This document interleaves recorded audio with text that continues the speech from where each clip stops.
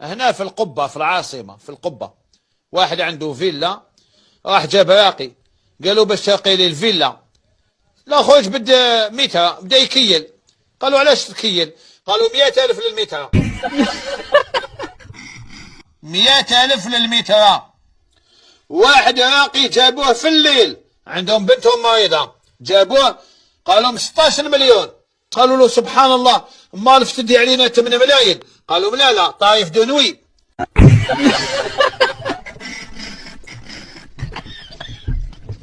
قرعة ما مرقية 2 ملايين.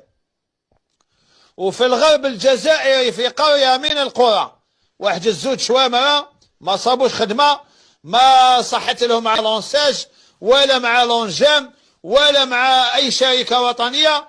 راحوا دبروا سيتيرنا ملصقينها في تراكتور ويعيطوا ما مرقي، كيما اللي يبيعوا لاشافيل، ما مرقي ما مرقي ما مرقي. والناس تضارب البياد والقرع ويبيعوا لهم 20,000 ريتلة.